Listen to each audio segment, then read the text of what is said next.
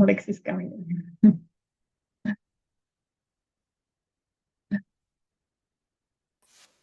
Hi, Alex. Good to see you. We were waiting for you. Check if you have everything. But basically, you need paper, brushes, and anyway, it's going to be a little bit of theory in the start. We're going to talk about cold and warm colors. We're also going to do a little test. And then the task will be to convert the Vincent van Gogh's Starry Night painting into the warm one. So this one is really cold. It has lots of blues. And we're going to make it reddish, yellowish, orangey, warm one. So generally,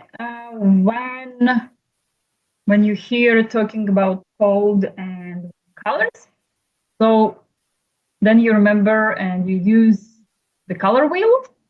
And basically, it's kind of easy.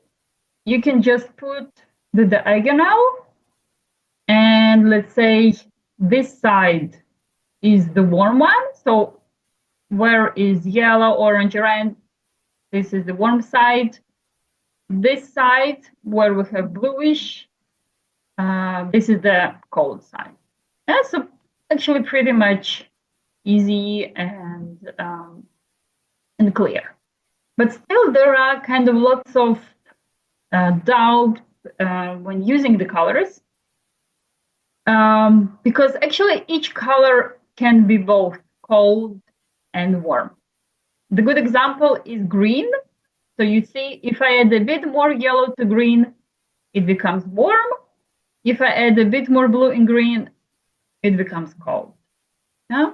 I can also have the same with, let's say, pink. Pink can be more reddish, or pink can be more purplish. So this is one thing. The other thing is that in the image, we never use like the colors separated. They're always connected one to each other. And so you actually always look this cold or warm, depending what other colors are next to it. So another example could be, for example, if I take yellow and pink, so pink in relationship to yellow will be more cold. But then if I take blue and pink, then in this case, pink is being more warm than the blue one. Yeah. So just for you to remember, it's like always the relationship, yeah, where we also use this thing. And to finish the theory introduction, I want to show you that it also affects how you mix colors. So what happens when you mix temperatures? And by that, I mean, so if I take warm color and I mix it with cold, or I use cold color.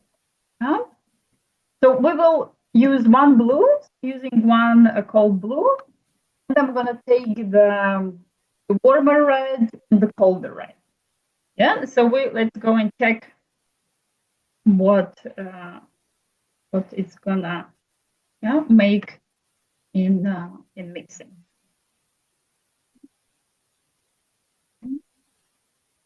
And a little.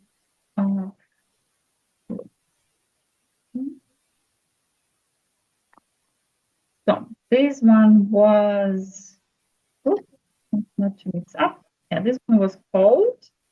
So the cold one, and that was the warmer red.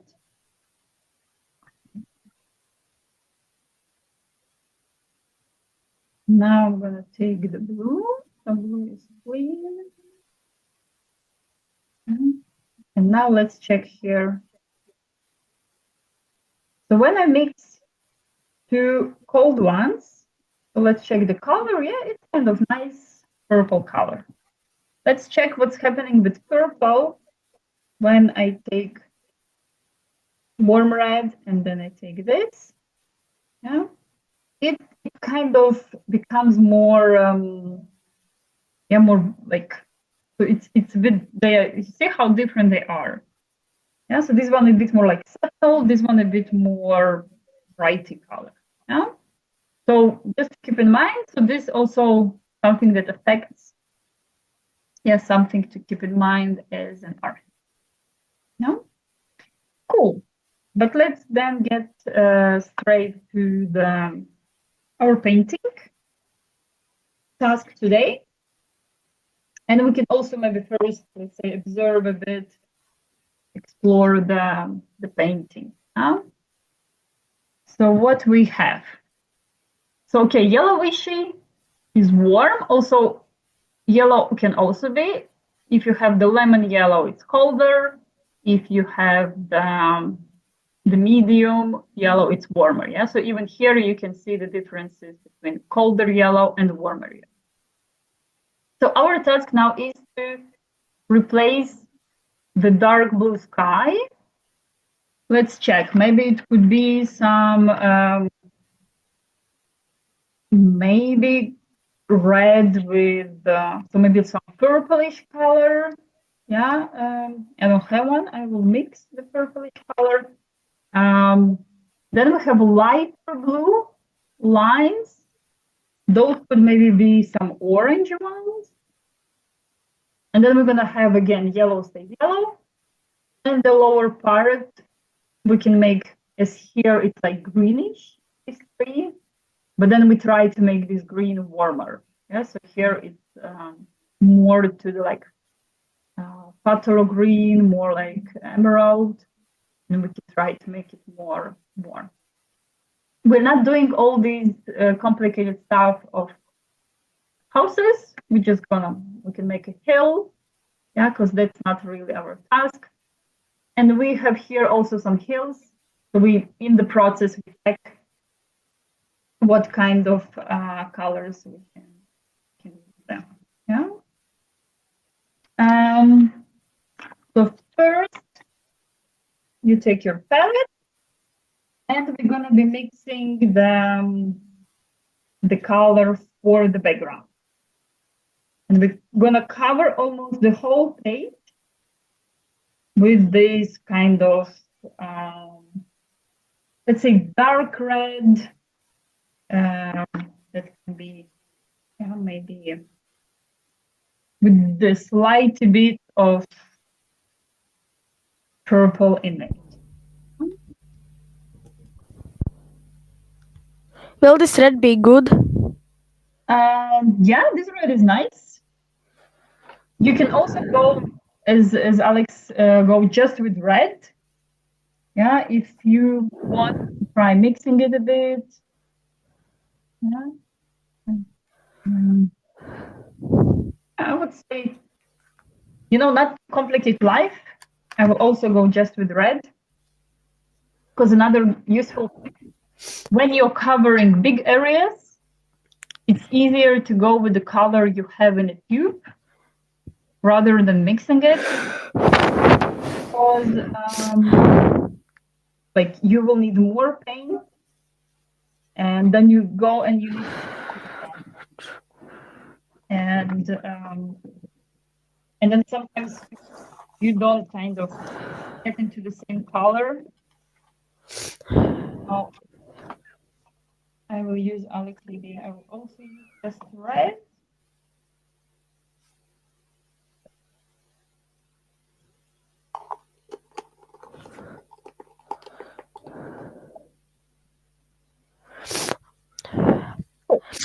Just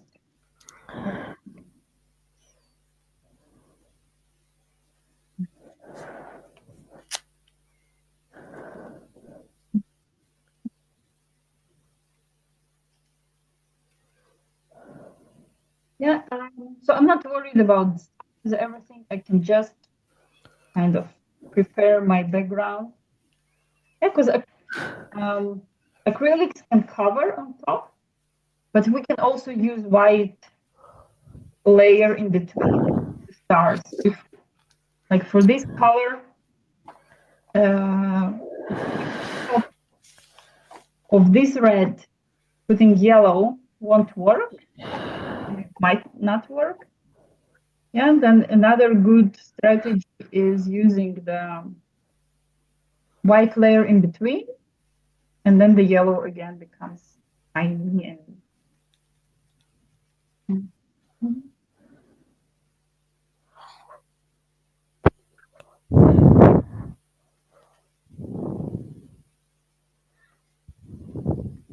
I also don't know how it's gonna come out. It's an experiment for me as well. No.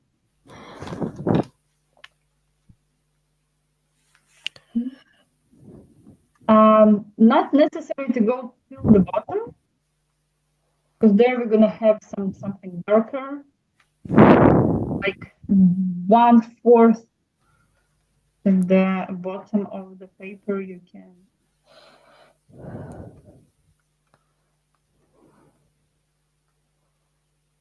can keep like on paint, just to save time and paint.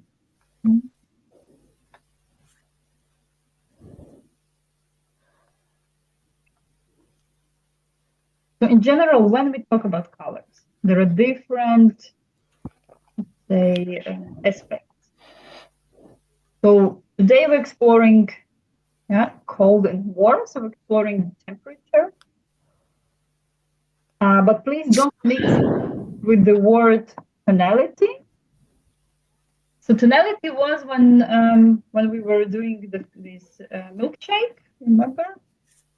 And we had those brights.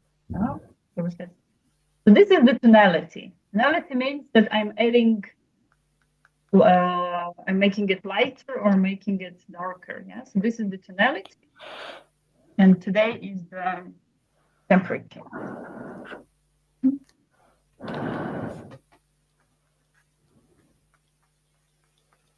Yeah, take your time, no rush. First step, add more water also. Like with more water, it paints easier, but then of course the paint gets more transparent. Yeah, so there is some kind of balance to keep in between.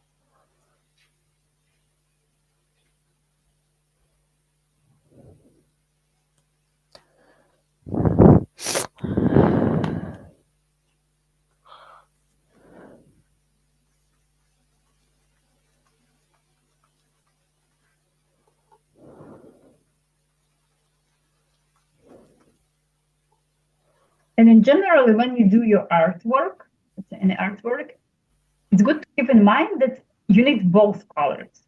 You can't do it just with warm or just with cold. You always need to have some percentage.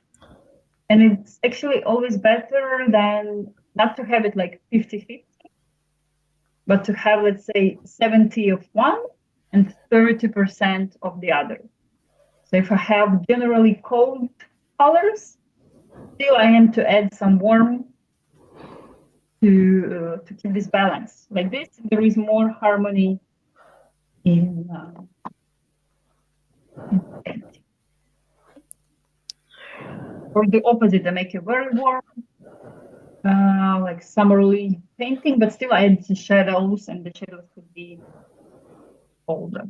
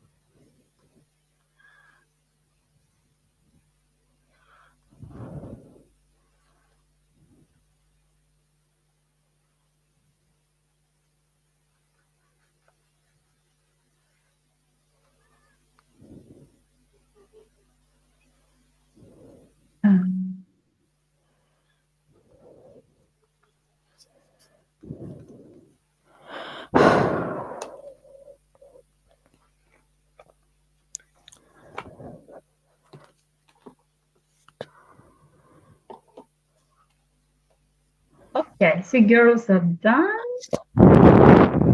What about you, Alex? Have you done the red part? Yes. Yes, cool. Okay, then the next step, we're gonna do those waves, yeah, those curvy lines. And let's move to some orangey color. So what I suggest you to do, so first we put just orange color to our palette. And then you can try how it looks if you put spray in it. And if it's like not really good, then you can add either white, either yellow, for it to be a bit more shiny. Let's say I'm taking this and let's check. Yeah, my kind of orange works fine, but sometimes orange can also be a bit more, let's say. So sometimes you get the orange that already has whiteness inside, and then it works fine. And if not, then please add a bit of white or a bit of yellow in it. Then it's gonna be more, because what we are aiming for, that it create contrast with the red. Yeah, because if you put it and it's kind of like not really visible, then the objective is. And no rush, we're making those curvy lines of Van Gogh.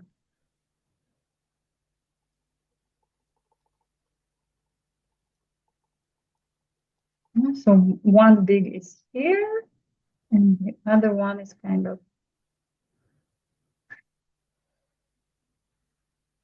coming out.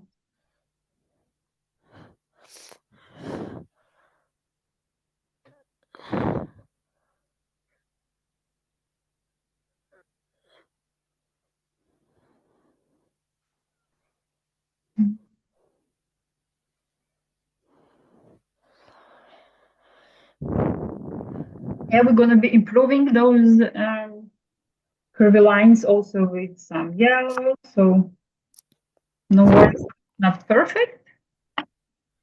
Like we're going to be adding more lines on top. We're going to be adding yellow and so on. So this is like a base color for the wave. It's going to be. And also maybe with the same yellow, we can also add a bit this, so there is kind of lower wave, like above the mountain. So the dark blue at the bottom, it's like hill, but this yellowish, it's still kind of also the sky. So together with these waves, we add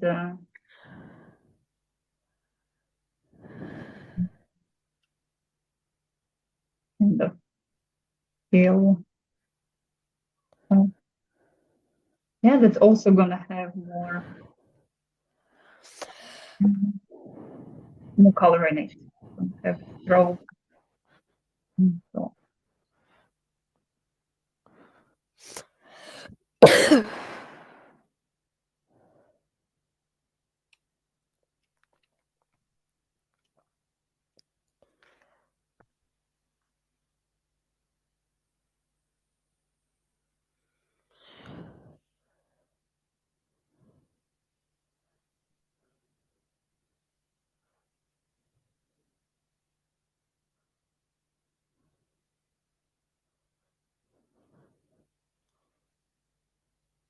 Also remember leaving paint to dry before putting, let's say, the second layer on top, because the brush, it works both ways. It puts the paint and it also takes the paint. So if you feel you're kind of, when you're moving too much with brush, at some point it's going to start taking the paint back. And the solution is just to stop, wait for 1-2 minutes for it to dry, and then putting the second layer will work. Yeah. But if you keep on moving the brush, well, it's still all wet, like you will never win this fight. It will always be more.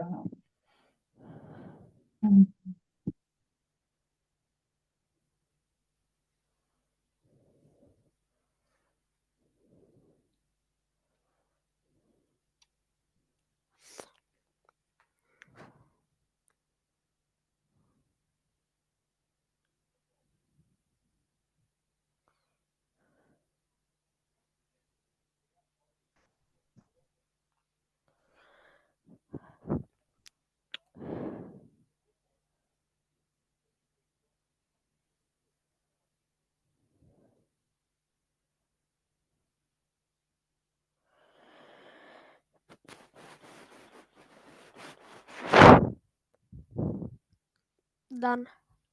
Done. Very good. We wait for the girls also to finish with the orange part. You can check, Alex, if you have both whites. So one says lemon yellow and the other usual one say cadmium yellow. So often they come in two, so it's cold and warm yellow.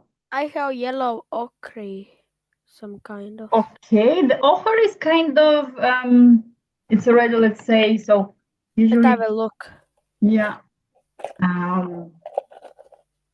So ochre is already kind of what comes after it. Yeah, so it comes usually lemon yellow, then the medium yellow. Yes, they have lemon yellow. Oh, perfect. Yes. And what about the cadmium or medium yellow? Because ochre, it's already like next thing. Ochre is already towards the brown. Because if you have lemon, they're usually also the warm cadmium.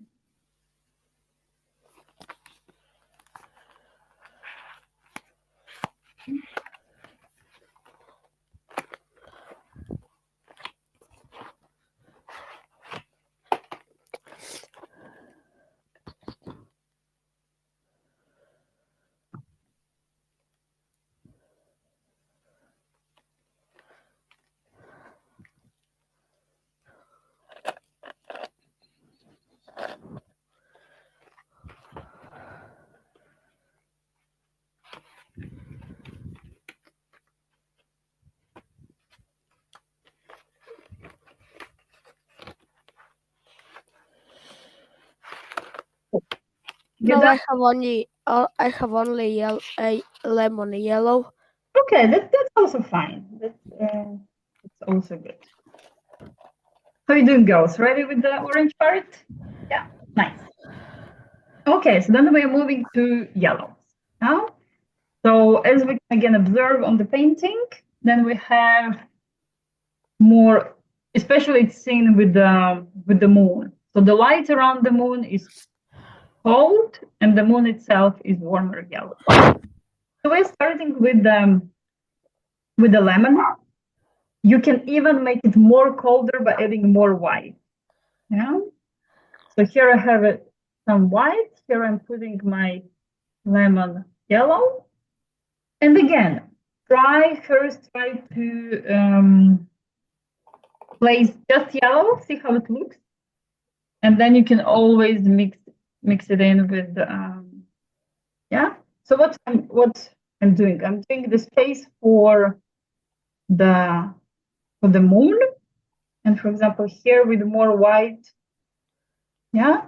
So this is going to be something I also should have done with orange, because now my orange kind of dried and it feels a bit not so brighty.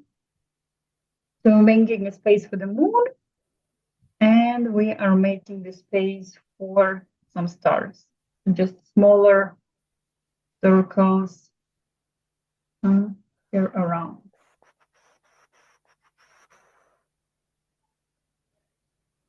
It doesn't have to be like 100% as Van Gogh it has, just approximately.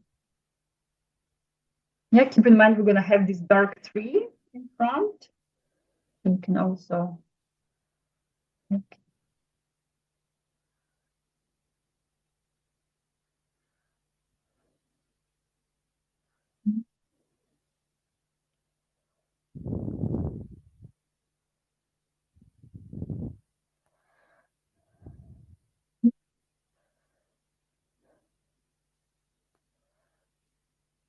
Yeah, so this is lemon yellow mixed with a bit of white.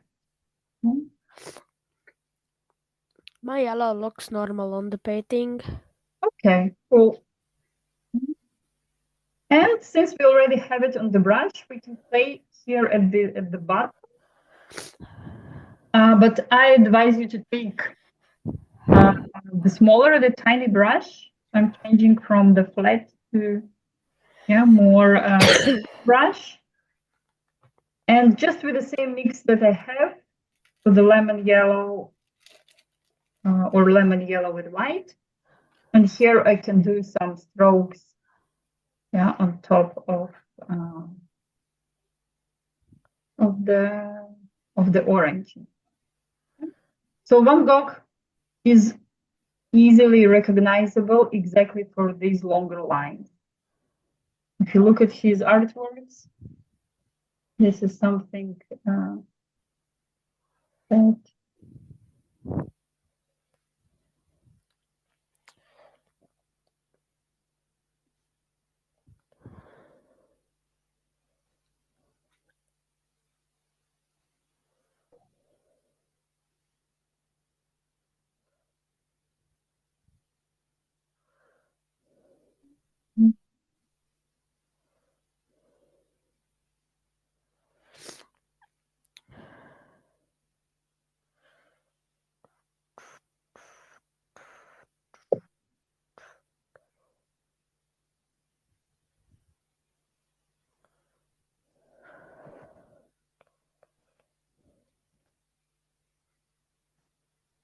so here, actually, if you observe, we're adding kind of cold. So lemon yellow is colder.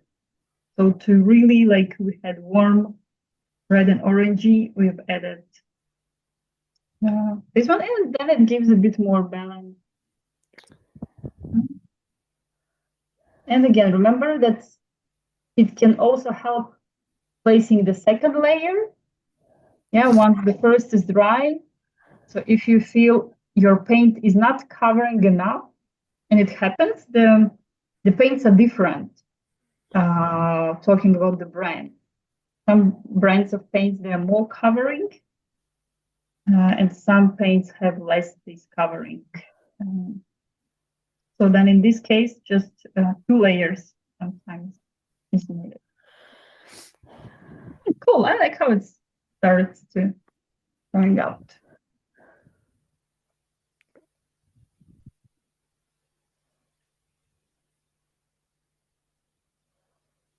So for Alex, who doesn't have warm yellow, what to do? So he should take his lemon yellow and just add a little bit, let's say, orange. And then it will make your lemon yellow also warm. So playing between these temperatures, it's a constant. Sometimes even adding a bit of it converts the color cold or warm. A bit of reddish, a bit of orange makes it warmer. A bit of white, a bit of bluish makes it cold. So the next step, we need warm yellow. We had cold yellow. Now we're taking warm yellow. And if you want to make it warmer, then you add a bit of, let's say, orange in it. So here I've put the cadmium here. So Alex tries. I can also try experiment here. I have lemon yellow left. Gonna put a bit of orange in it and see. And we're doing the moon, and we're doing the middle part of the stars, kind of the light of the stars that we did, and we're doing the moon.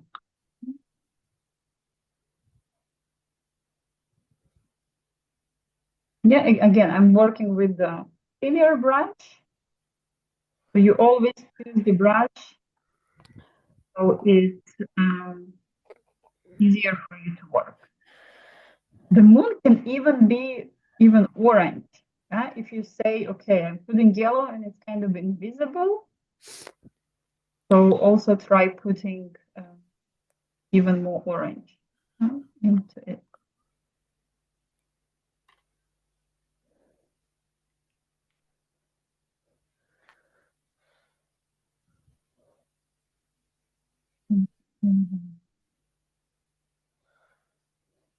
Yeah, and again, let the first layer of the moon dry. And then if needed, you go on top to make it darker. And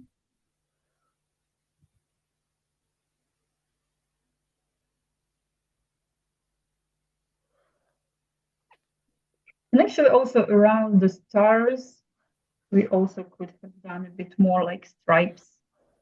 Otherwise they look a bit more too round. So especially like this moon one. So also maybe a bit of strokes. Van Gogh's created strokes. Yeah, then it looks more nice and shiny. The secret of making thin lines is that your brush needs to have enough amount of paint, but still it needs to be watery. Yeah, because if it's the dry brush, remember the dry brush technique, then it doesn't work. And making it a bit more wet.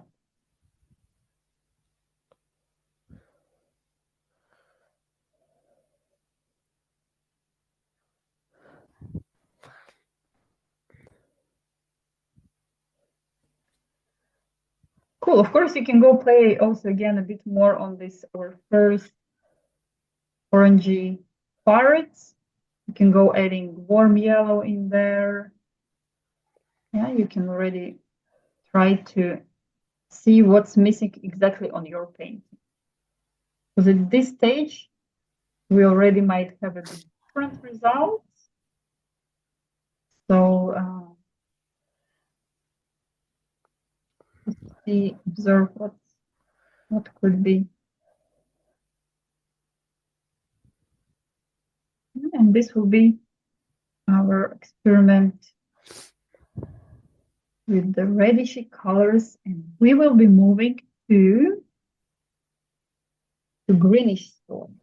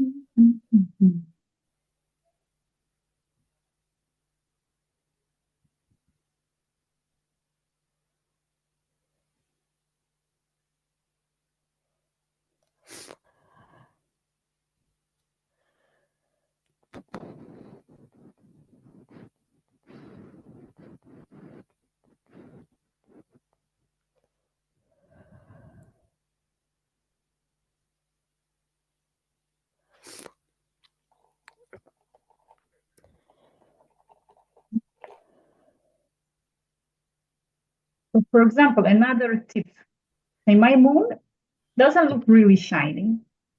I can go and add a little bit of like even white around it. Yeah, so I'm taking a clean white and I'm adding around it, and then like, ooh, right away my moon becomes more visible.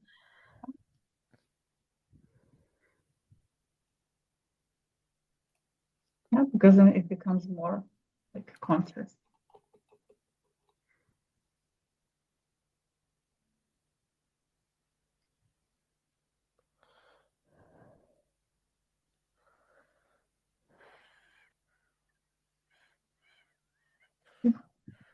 Also not overdoing, so playing with white in other parts.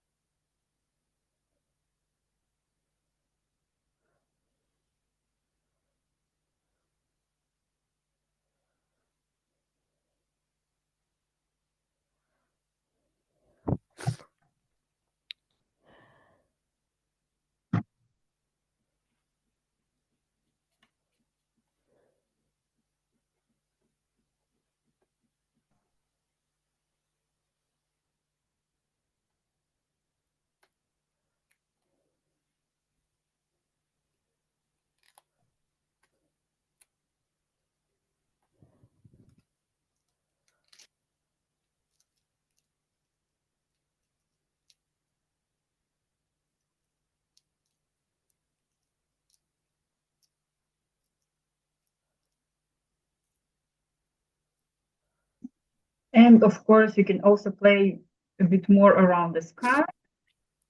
Yeah, so also just like if you have empty areas, like just red areas, you can also play a bit more with stroke. You can get more vivid and near.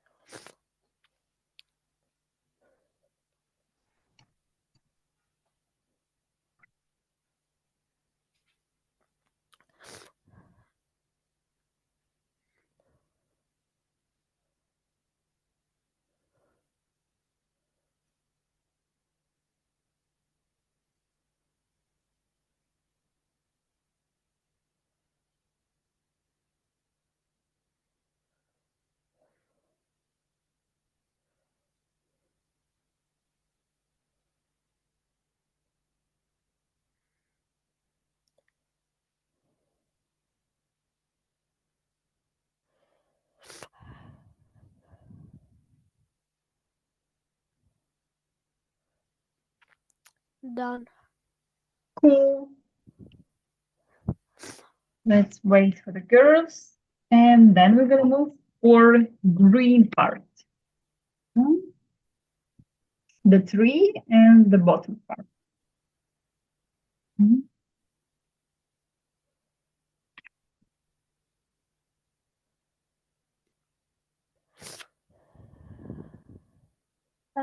I'm done.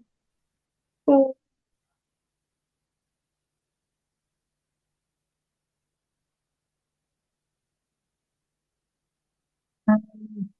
Usually when you buy a set of paints, let's say in my set, I have 3 greens and exactly as it is. So the warmer one, let's say the middle one, and the emerald one, already towards bluish. If you have a small set, then probably you will have just the middle one. So it's kind of just neutral green. And then yellow to it, you make it warmer, and by adding blue to it, you make it colder.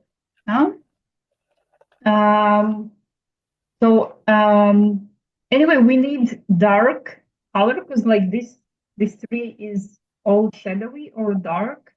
So you can choose even this middle green and work with it first. Will this be good? Looks good. What it says, what the name says on the Viridian.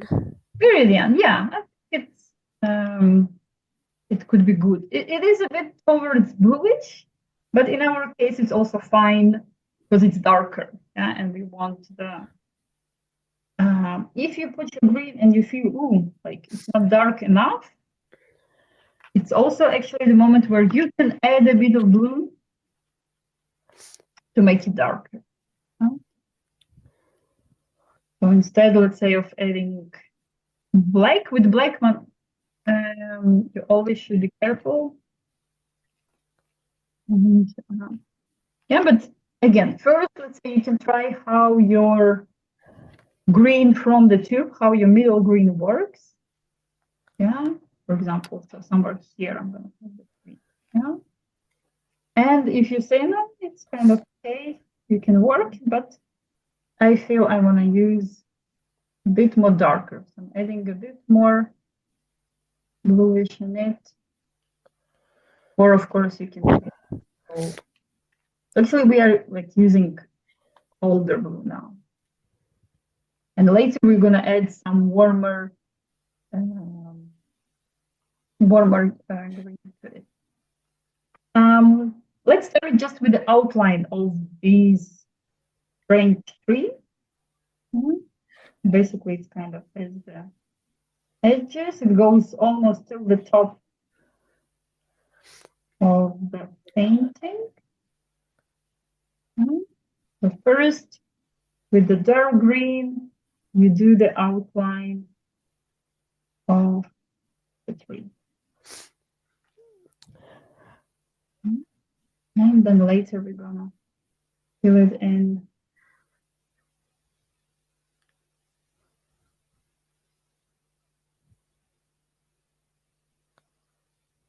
Yes, so for the outline, I'm using again more thin brush. Have those sharpie edges, but then later, of course, I can do the more white brush too.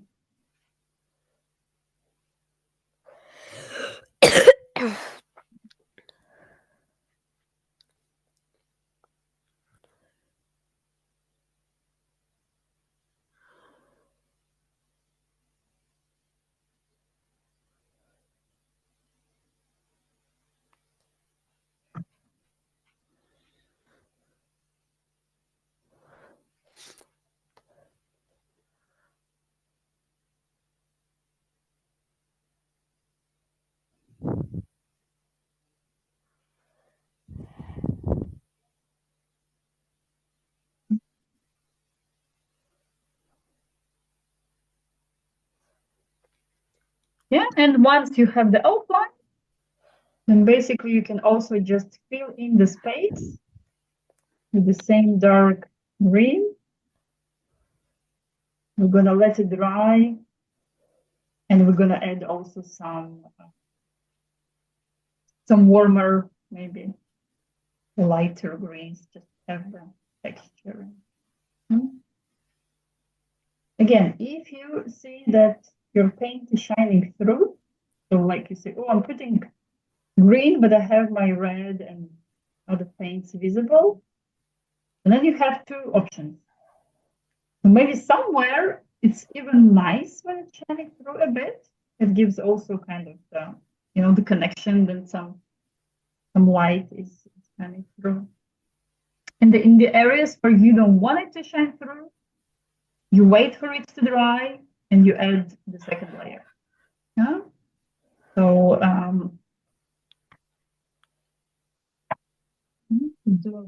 dark 3. So I have also shiny layers, parts where I see those this lower stripe.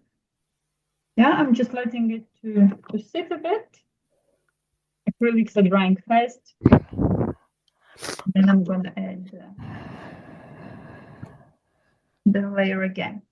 And the whole bottom, we are also doing dark green.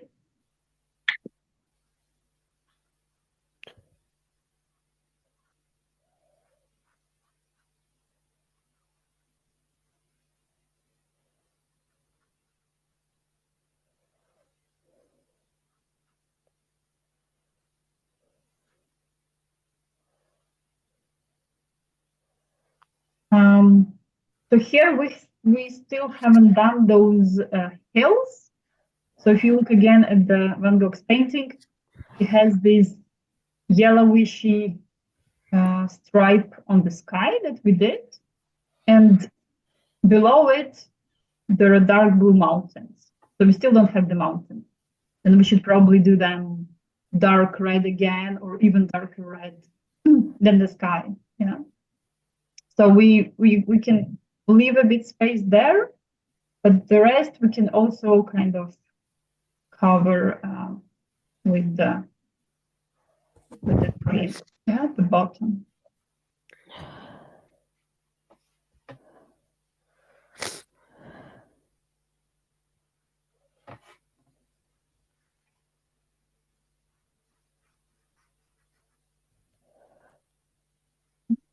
And here I took the green straight from the tube. And and this one is a bit warmer. It actually suits me well for the kind of aim of our painting. The topic of cold and warm is something that you as an artist keep on exploring and keep on improving and understanding it better. It comes only through the experiments, only through painting. So No worries if now you feel a bit confused. It's like, okay, this is cold, this is warm. But when I use cold and when I use warm, like there is no like one rule. Yeah, it also depends. What is your idea? What is your aim as an artist of your painting?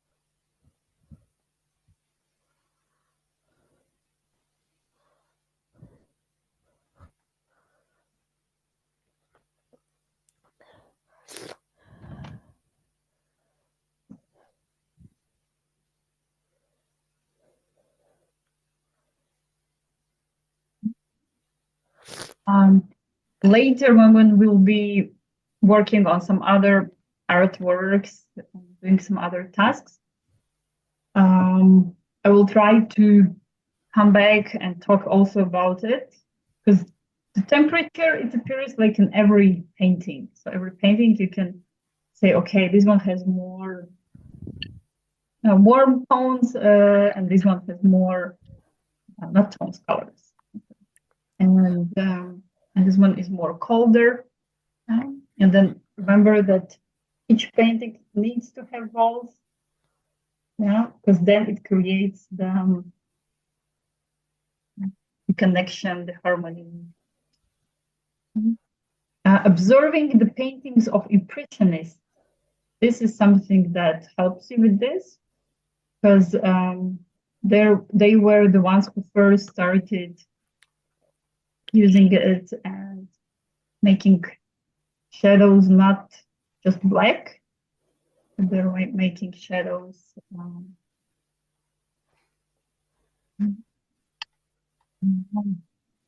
I think I'm done. Perfect. So my aim is still to make these mountains. So either really dark red, but I would take even red with a bit of bluish knit. If you have purple, take purple, maybe, and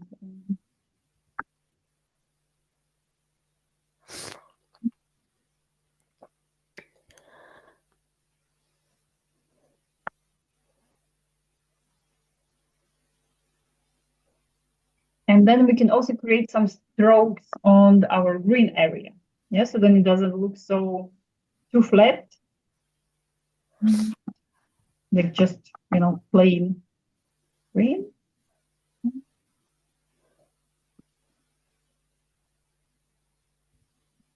Here I can create a little bit more darker hue.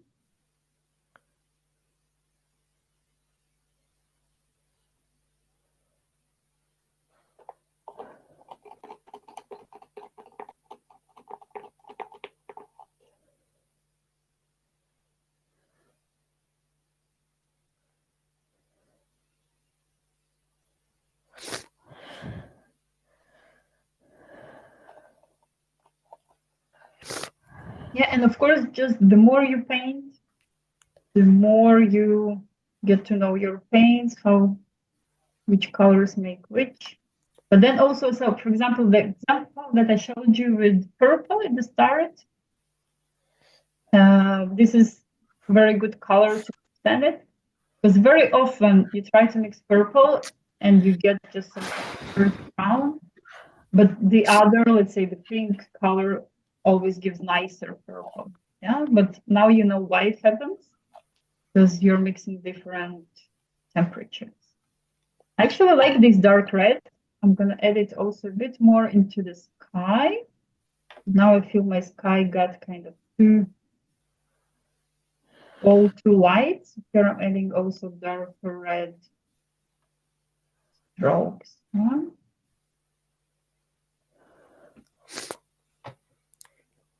And sometimes it takes time to find this balance. Sometimes you're putting one color and it kind of, not matching. And then you can ask yourself, like, what happens if I try different temperature? What happens if I take different green or I take different red and so on? Generally, it's not easy because it's not only like temperature you think about, so it's also this tonality that we talked about, the how light and how dark, that you can't make your painting in one tonality, because then it's going to look boring. It's going to look not interesting. You need to change the tonalities. You need to make some areas more pale and some areas more bright. I think I'm done. Nice. I'm very excited to see the results from all of you. I am still making last. Oh, wow, amazing. Alex, take a look at Ellie's artwork. Whoa, I love it. You really got nice mix, nice match of the color. Good one, good one. Yeah, I'm still working a bit on mine.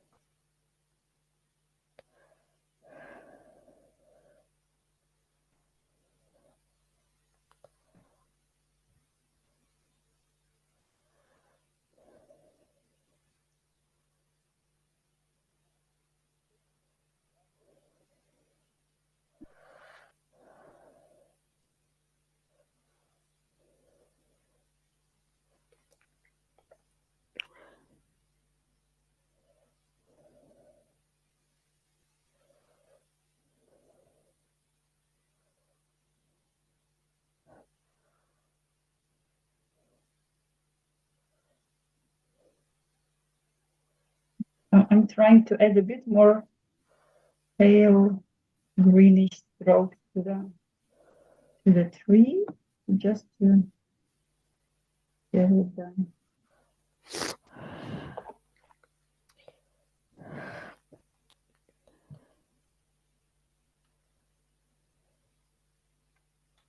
Cool. So this was experiment. Let's say introduction to the cold and warm colors, so that you know that such thing exists. Such thing one should take in mind as artist. And now, when you observe, when you go to the museum, when you look at the paintings, you can also think about this. Ask yourself, okay, general feeling of the painting, warm or cold, and then also observe specific colors that the artist have used. And the most important, trying to discover which connections it has used. Yeah, so where is warm and cold together?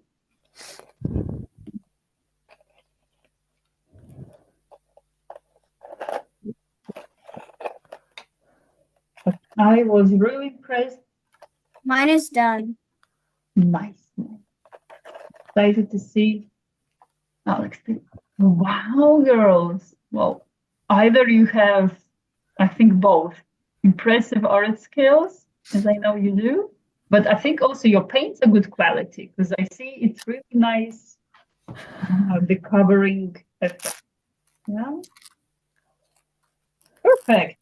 Now we have a warm Van Gogh in our collection.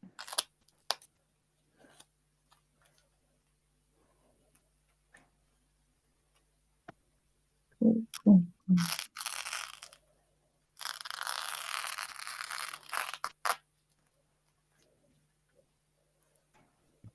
Nice. Okay, I'm gonna stop the recording. We're gonna check Alex's work fail.